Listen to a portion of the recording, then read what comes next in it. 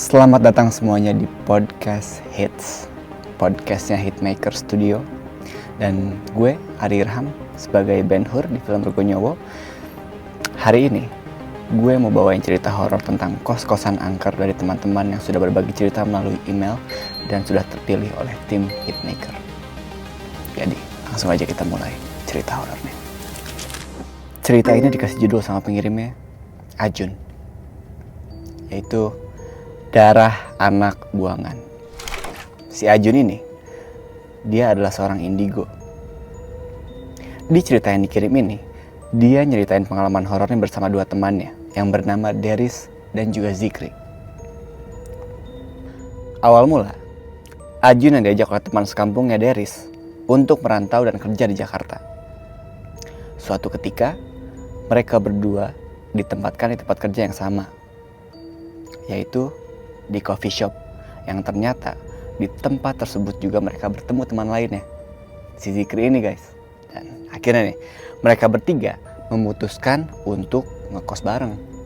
Karena waktu itu mereka bertiga berada di tempat kerja yang sama.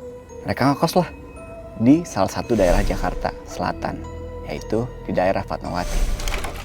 Di sana, mereka ngekos yang ternyata dulunya itu adalah rumah mewah.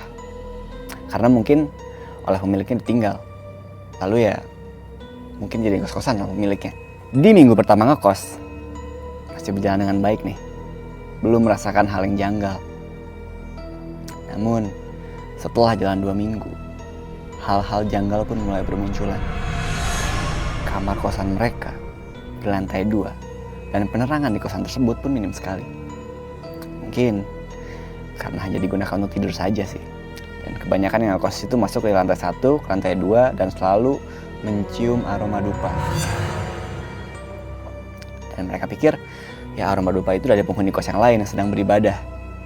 Karena ya memang ada beberapa penghuni kamar yang non-muslim. Di hari berikutnya, si Ajun ini melihat banyak sekali anak kecil di kosan itu. Tapi mereka seolah-olah tidak memperdulikan keberadaan Ajun waktu itu. Suatu ketika, pada malam hari, salah satu temannya Ajun, yaitu Deris, yang sedang tertidur lelap, tiba-tiba dikagetkan dengan kemunculan anak kecil tanpa kepala. Dan saat Deris kamar mandi untuk mencuci muka, airnya pun berubah seperti darah. Pagi harinya, Deris baru menceritakan semua kejadian semalam kepada kita semua. Lalu malam berikutnya, mereka bertiga tidur di kosan dan tiba-tiba si Ajun ini kesurupan. Dia ngelihat semua kejadian yang dulu terjadi di rumah itu.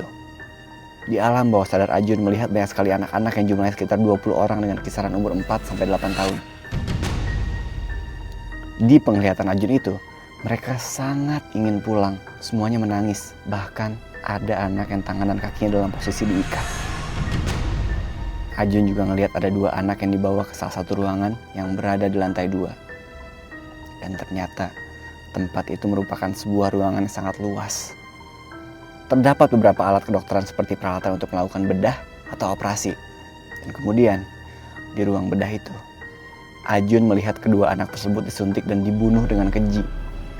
Lalu organ-organ tubuhnya diambil untuk diperjualbelikan lintas negara dengan oknum dokter. Ajun benar-benar tak kuasa melihat semua proses kejadian tersebut. Jasad mereka dibungkus, diletakkan di ruang bawah tanah, dan dikuburkan. Setelah Ajun tersadar dari alam bawah sadar, Ajun mulai paham maksud dari sosok anak kecil tersebut, yaitu untuk memberitahukan sesuatu.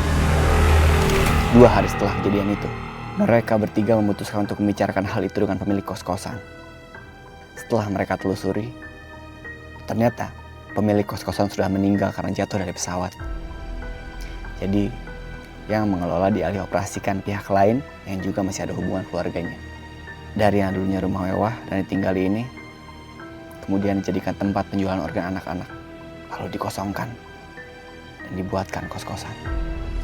Dikarenakan ketidaknyamanan mereka bertiga terhadap kosan, terlebih dari pihak keluarga yang mengelola kosannya pun tidak memberitahukan izin kepada mereka untuk membongkar ruangan bawah tanah karena tidak percaya dengan apa yang si Ajun ceritakan sebelumnya. Akhirnya, mereka bertiga pun memutuskan untuk pindah kos-kosan. Jadi begitulah cerita horor hari ini dari ajudjashin@gmail.com. Cerita horor berikutnya akan dibawakan oleh Zayan. Jadi stay tune terus dan sampai jumpa di episode podcast hits selanjutnya. Jangan lupa saksikan Rukun Nyawa di bioskop mulai 31 Juli 2025.